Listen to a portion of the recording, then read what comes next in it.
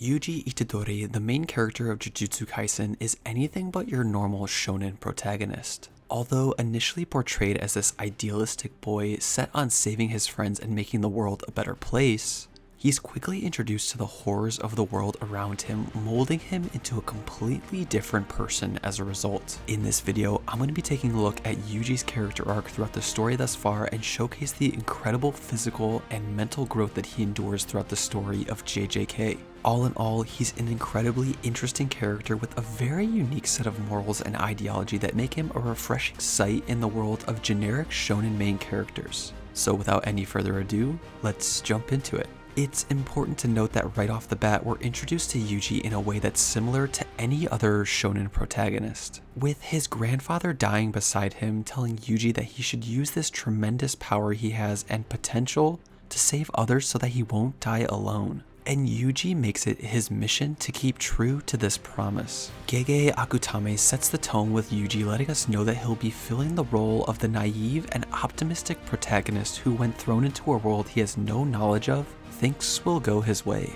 It's later shown throughout countless interactions with this universe that Yuji would be exposed to the harsh realities of life, specifically the loss of loved ones. This separates Yuji from the typical shonen protagonist since his ideals aren't static, but rather they're constantly changing to adapt to the difficulties in life that he's been through. And it's this notion of Yuji constantly being in the background to where he doesn't really even feel like the main character of the story, and I think it makes him all the more brilliant as a result. If you were to ask someone who hasn't seen JJK to read a random chapter or watch an episode, there's probably pretty good odds that they would say that Yuji isn't the main character of the story. In the very first chapters of the story, Yuji often describes himself as someone who tends to go with the flow of things and gets lonely easily. So, to offset these feelings, he would much rather be around the company of others. There was no specific purpose, no overarching goal, no grandiose dream, just a simple high schooler who didn't want to feel lonely. Immediately, this sets him apart from 99.9% of the shonen cast who either want to be at the top of their verse, like the Wizard King, Hokage, Pirate King, you name it, or have some revolutionary goal for the world that they're a part of. And this is further backed by him joining the occult club because although he had never really a big interest in any of that stuff, he just enjoyed spending time with and making memories with his friends, just like any reasonable high schooler would. But just a few words would alter Yuji's outlook on the world forever, those being, you're strong, so save people. You see, Yuji was blessed with extraordinary physical capabilities, so much so that he could casually break the shot put record without really even trying. Therefore, from this point forward, Yuji believes that it's his duty to protect those close to him and ultimately cultivate a group of friends so that he doesn't die alone like his grandfather. Even more than this, Yuji thinks that every person should deserve the correct death and should die in the way that they choose. We'll soon realize that this notion is challenged multiple times throughout the series. This ideology, while respectable, doesn't necessarily align with someone who you'd think would be the main character of a shonen manga, but it's a refreshing trait to see, and even more so is how Yuji responds in the face of adversity to this belief. Yuji's dissonance with some members of the main cast show him in a much different light than that of other shonen MCs that he shares the spotlight with. Take his relationship with Megumi Fushiguro, for instance. Megumi's moral code essentially boils down to saving people he thinks are worthy of being saved. Since he knew that Itadori was a good person and wanted to save people when he first met him at the school, he was one of the few people in favor of actually saving Yuji from the death penalty. He has the faith in Yuji to not end up as a vicious murderer because he sees the good in him and the net positive effect that Yuji will ultimately have on the world. However, this is not how Yuji views himself. You see, Yuji simply views himself as a means to an end, a cog in the overall machinery of Jujutsu society. He truly doesn't believe that he was and is worthy of being saved, given he's a vessel for the most powerful cursed spirit user to ever walk the earth. And it's through these differing beliefs where the main themes of Yuji's character truly shines through. The view that our main character has on himself is that he's not meant to save the world, do anything incredibly meaningful in Jujutsu society, or make a groundbreaking change for the world that he's now exposed to. The role that Yuji believes is right for him in the story is that he's simply meant to be a tool, a vessel to be used to benefit others. And this is a genius play by Akutami to build his main character in this fashion. Of the many anime I've seen, this is one of the rare instances where the main character is simply content with being on the back burner and is fully dedicated to serving their duty no matter what happens to them.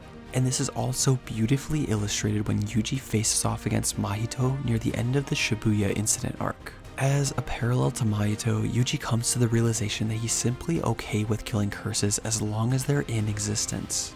It doesn't matter how many times that they're reincarnated, how many curses there ultimately are, or how powerful they'll be.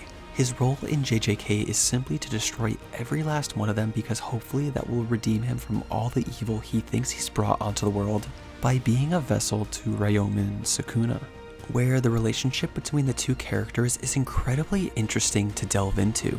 The trope of an evil being trapped within our MC has been done so many times in countless shonen like Kurama from Naruto or Leeb from Black Clover, but I feel like none are more interesting than the viewpoints of Yuji and Sukuna. As we talked about earlier, Yuji is an incredibly generous and warm character, willing to save anyone he can at all costs.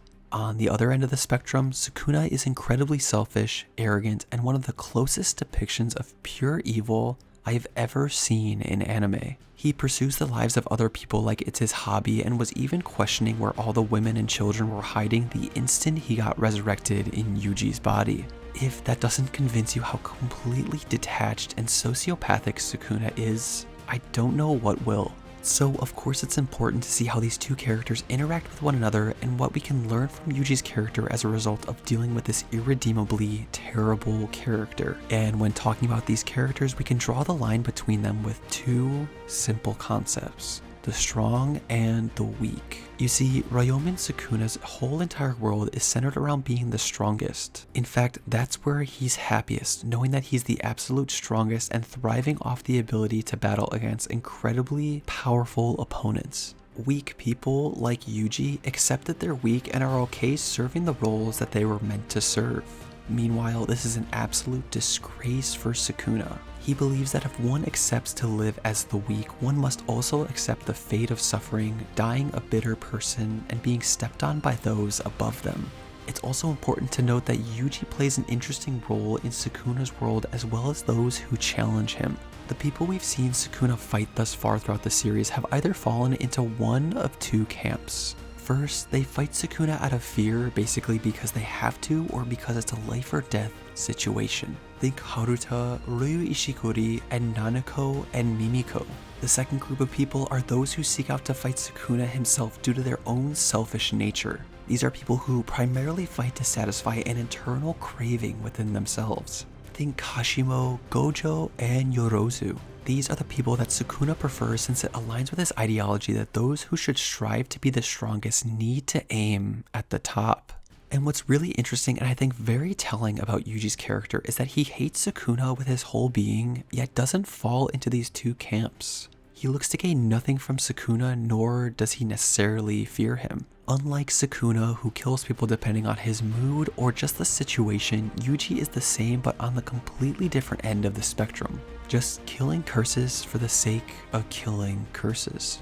I believe this massive gap in ideologies is Akutami's way of instantly solidifying Yuji and Sukuna as natural enemies right off the bat. So at the end of the day, who truly is the character of Yuji Itadori? What I believe makes him incredible is not that he's this naturally superhuman high schooler, nor is it that he's the vessel of the most powerful cursed spirit in all of history, but it's because of how truly human he is. He cares so deeply for those around him, just like many of us would for our friends and loved ones. So much so that he's willing to simply be a tool to be used by Jujutsu Society, a means to an end, a cog in a larger, more elaborate machine. His deep personality, complex motivations, and incredibly relatable ideology make Yuji an incredible main character and one whose growth I am so pumped to see throughout the story of Jujutsu Kaisen. If you like this JJK content and want to check out more videos on this amazing series, click my link right here for my Jujutsu Kaisen playlist.